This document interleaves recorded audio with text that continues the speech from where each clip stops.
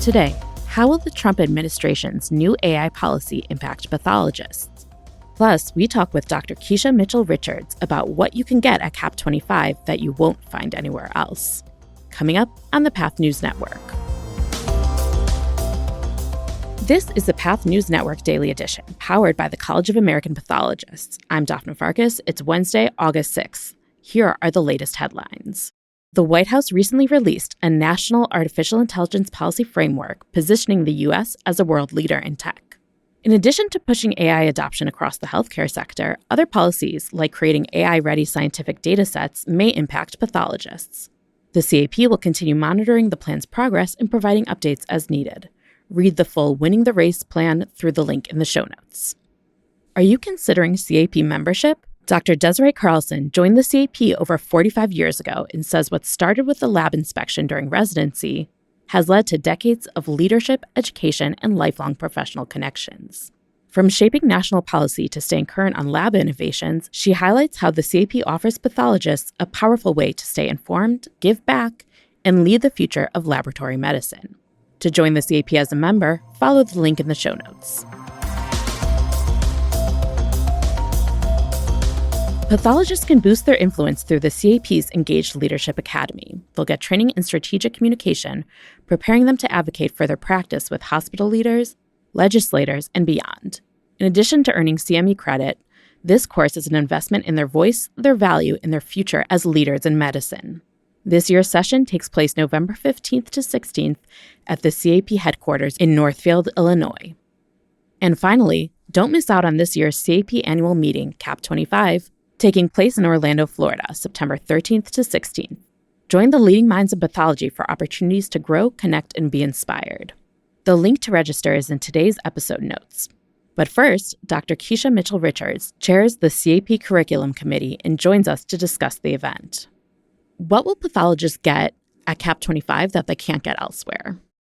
So the spirit of CAP 25 is only at CAP 25. It is where you meet with colleagues who are not predominantly academic, who are not predominantly community or private practice, but where there is meeting of the minds of all of these different types of pathologists from different community and academic settings, where you can get together and have conversations and have spectacular learning that's catering to all of these different types of people. So it's not a purely academic pathologist meeting like other meetings. It's not a meeting that has, although necessary, a lot of laboratory professionals. It's a meeting solely devoted to pathologists being celebrated, having their knowledge flow, and making connections in a dynamic way that you can't get in another meeting. What will differentiate this year's meetings from past meetings? So one thing I do want to say about all our meetings is we have one thing in common is you get amazing value for money. For one price, you get all of this amazing education. You also get fed. That's something we don't talk about, but coming from medical student days, we know we like that. But at every meeting, and CAP 25 is no different, we pay attention to what is happening. What do we need to be talking about? And so when you come to CAP 25, although you will still have the core education that we've always had at 24, 23, 22, at 25, what you'll find is there are courses that have responded to changes within the last year that we need to hear about, that we need to discuss, that we need to understand. And so when you come to 25, you'll be updated on everything that happened between 24 and 25. You'll understand more about how many changes will affect you and your daily practice and your daily work. And what are some of the sessions that you're personally excited about? I'm really excited about the 3 plenaries. I want to start with that first of all.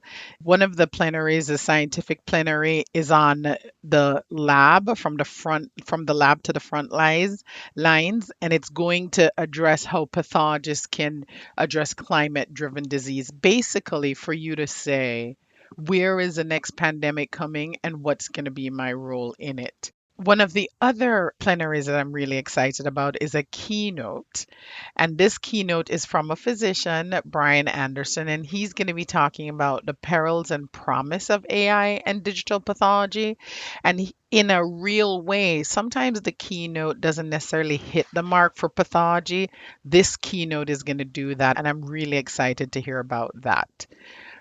Two other things I want to specifically mention is we have hot topics this year that are going to look at many of the changes that have happened on a federal level between November and now and tell us how do they affect us. And I'm really excited to hear about that. I don't know if you can go anywhere else and hear that kind of conversation. So I think CAP25 is the place to hear that.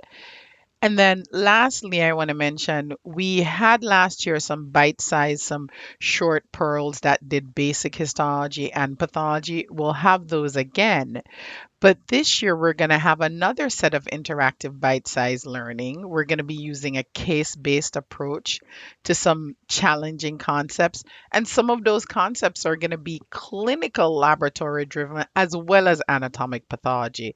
Very often, these short bite sized courses are only AP, but this year, we're going to have some AP and CP. And those are just some of the things I'm really excited about.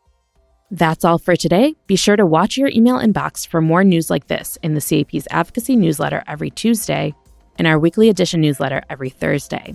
Listen here again tomorrow at 5 a.m. Eastern Time for another episode of the Daily Edition. Also, get the news delivered to your podcast app each morning by subscribing to the show. I'm Daphne Farkas. Have a great day.